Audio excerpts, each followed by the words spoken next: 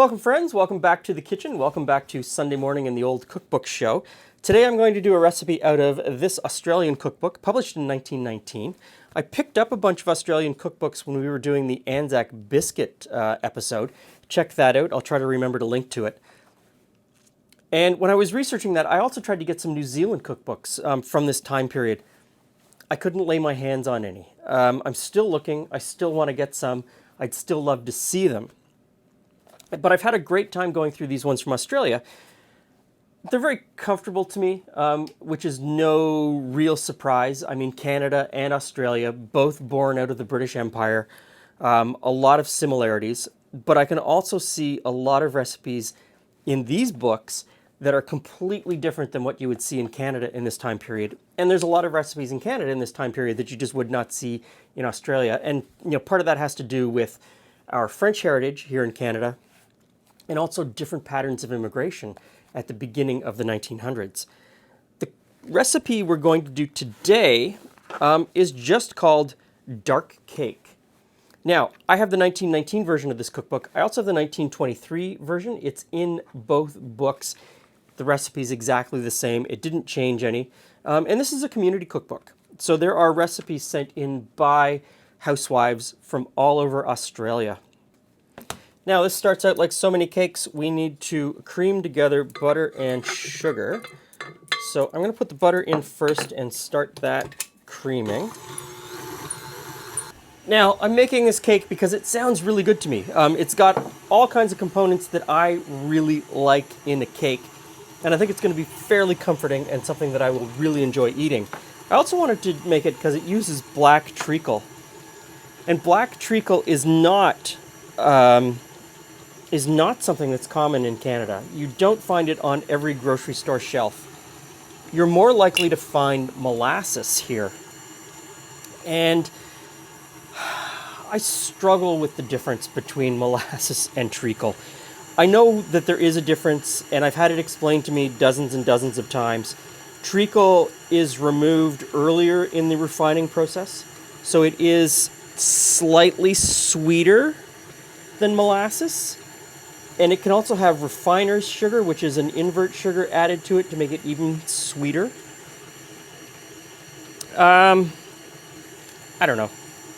I don't know if it's really going to change the flavor all that much, but I do know that I really love this dark roasty flavor. Okay, now the butter looks good, so I'm going to add the white sugar in and we'll cream that together.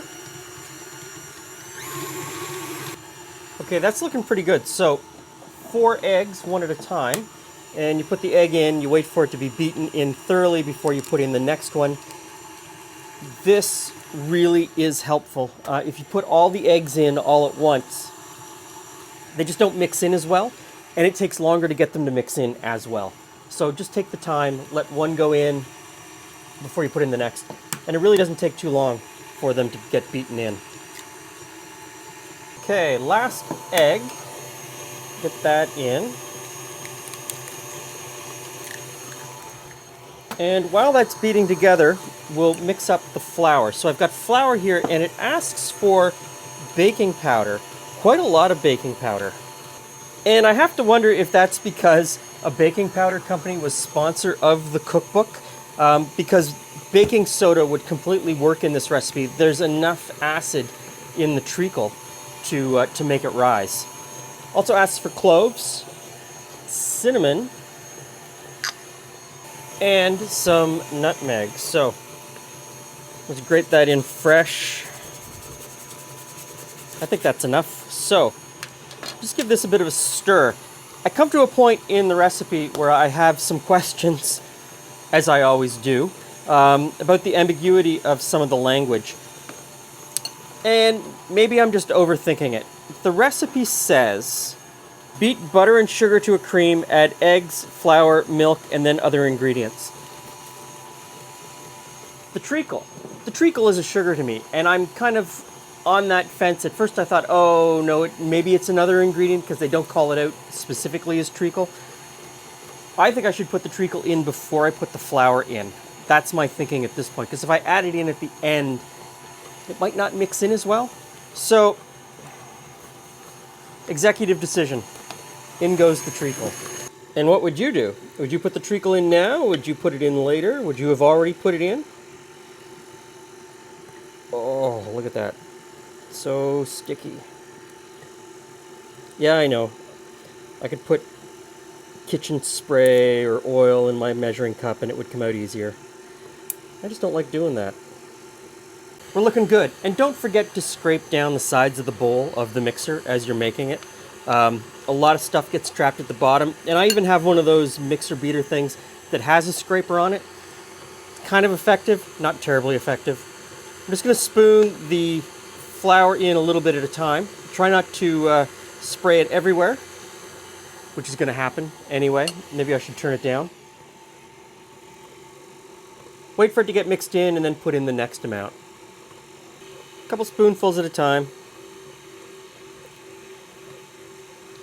Early on, it mixes in really quickly. I'm about halfway through putting the flour in, and this recipe tells me to put the flour in and then add the milk. Based on every cake recipe that I've ever read, you alternate. No, I'm going to do it as it's written. Follow the recipe. Keep putting in the flour. Okay, now the milk. The last little bit of milk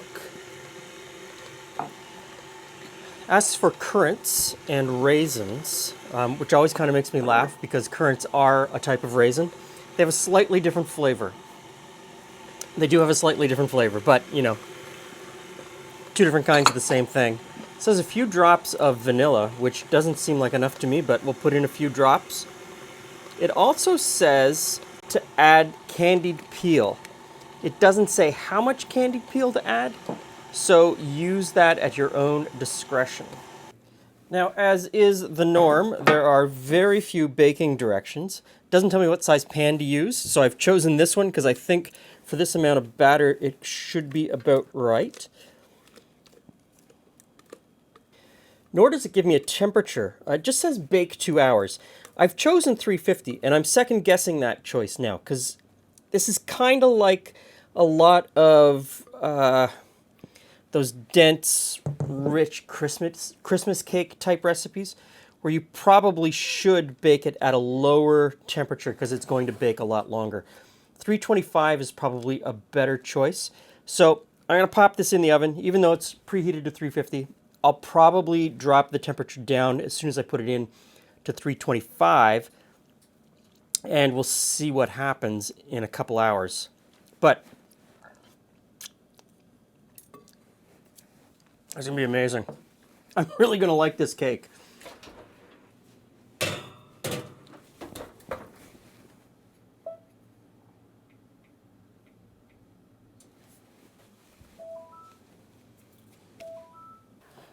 Hey, Jules. Hi, friends. I have arrived just in time. Okay, so we have dark cake. Apparently with treacle. With treacle. It's just called dark cake. Oh, really? Yeah, that's the... Well, it's dark. Now, let me tell you. No baking instructions, right? No temperature, but it told me to go for 2 hours. I put it in at 320. Well, I put it in at 350, immediately turned it down to 325. Within about 45 minutes, cooked, almost overcooked. So, I don't know what temperature they were cooking at. Very low. Mm-hmm. It's nice and moist, though. Mm-hmm.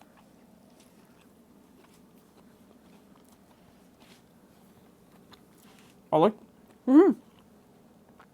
like the raisins in that. Oh my goodness, Glen likes the raisins in something. That's kind of a special moment.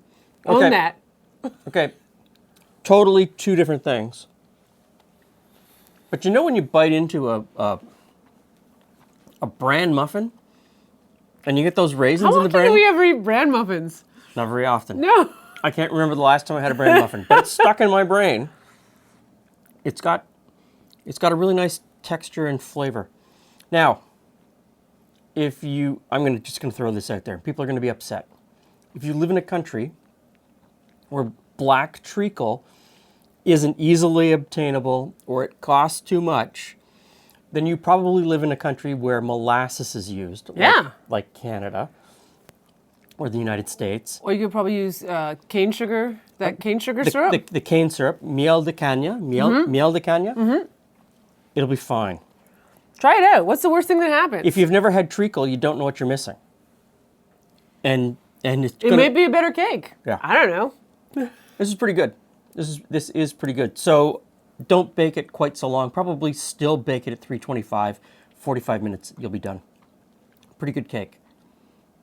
Needs a cup of tea. Thanks for stopping by. See you again soon.